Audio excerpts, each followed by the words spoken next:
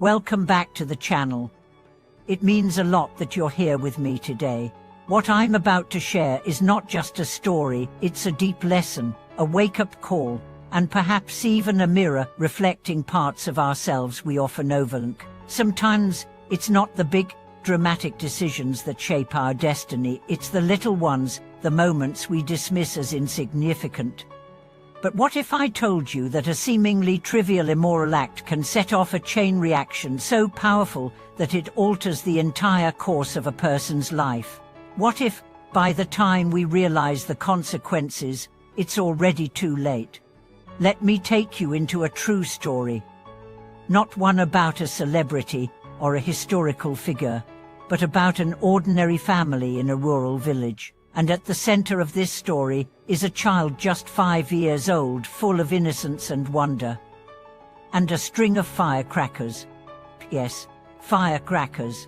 Something that seems so harmless, even festive, became the instrument of a tragedy so deep that it changed every single person involved. It started with a man, an uncle, who had a habit of taking what wasn't his. He didn't consider it stealing.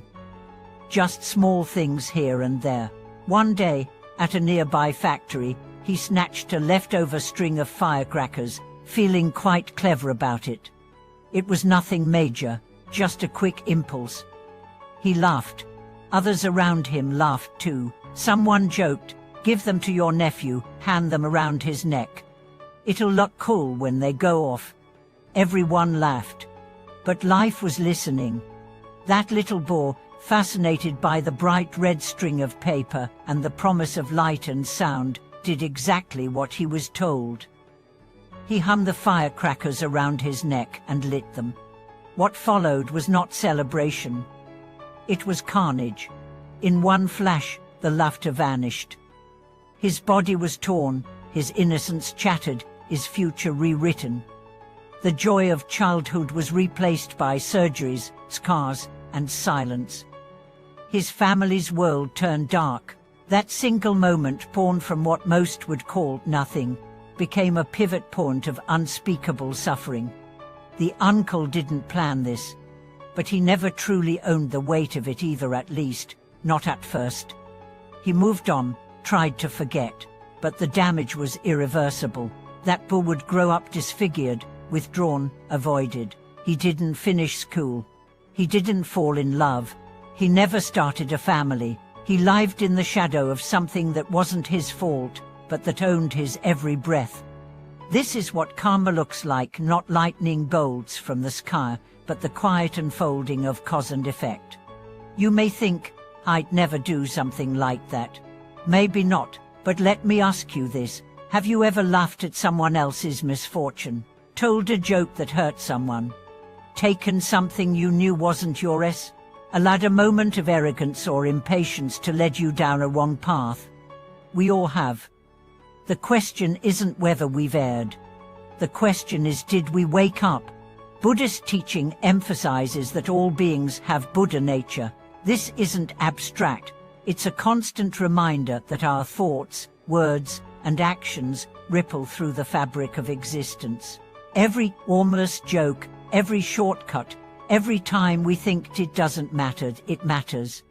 It always matters. There's a law of nature at play. What is done will return, not as punishment, but as reflection. Not as wrath, but as consequence. And the danger lies not in our mistakes, but in our indifference. Now here's something even more important. This story doesn't end in despair. That family, though devastated, didn't stay broken forever. They turned to teachings, to reflection, to change. The boy's parents started studying spiritual texts. They learned about karma, about intention, about mindful living. Slowly, they shifted the culture of their home. No more shortcuts, no more little ones, no more laughing at misfortune. They started teaching the neighborhood children differently. They began small, no gossip, no stealing fruit from neighbors' trees, no mocking others. These tiny shifts began to ripple, just as the original act had. But this time, the ripple brought healing instead of harm. The boy himself despite everything, grew into a man with quiet dignity. He never blamed the world. He carried his pain, but he did not pass it on. That's real strength. You might be wondering, what about me? I've made mistakes too. Can I undo them? The answer is yes, not by erasing the past, but by transforming the future. Every moment you choose awareness over impulse, kindness over cruelty, truth over convenience, you begin to reverse the tide. You plant a new cause, and that new cause will bloom. Maybe not today, maybe not tomorrow, but it will. And this isn't just philosophy. It's real life. Every act creates a path. Every choice lights or darkens the road ahead. There's a story in the Dhammapada of a man who killed hundreds in battle. One day, he met the Buddha and wept, saying, "I am cursed forever." But the Buddha replied, "The path forward is always open." And that man became a monk, a teacher, and a source of peace for many. No one is beyond redemption.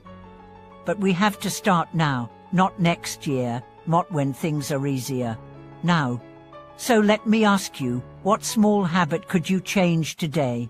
Could you hold back a sarcastic remark? Could you return something borrowed long ago? Could you forgive someone you've judged?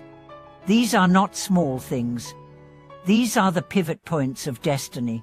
The tragedy of the Buddha and the firecrackers isn't just a story about suffering. It's a story about how deeply interconnected we all are, about how our lives are shaped not just by big decisions, but by moments that seem to pass in the blink of an eye.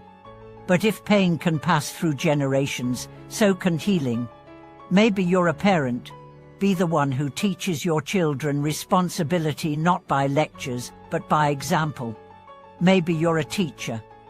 Let your discipline come from love, not ego. Maybe you're a friend. Speak the truth gently, but speak it. Maybe you're a stranger, but know that your kindness could be the moment someone remembers for the rest of their life. This is the kind of world we can create, one act at a time. Thank you for watching this video. I hope it inspired you to reflect, to examine the so-called small choices in your life, and to begin the kind of change that really matters. If you've had a moment where a seemingly minor act led to something big, good or bad, share your story in the comments. Your experience could be the turning point for someone else. And if this video moved you, don't forget to like, subscribe, and stay connected as we explore more stories that reveal the depth of our shared human journey.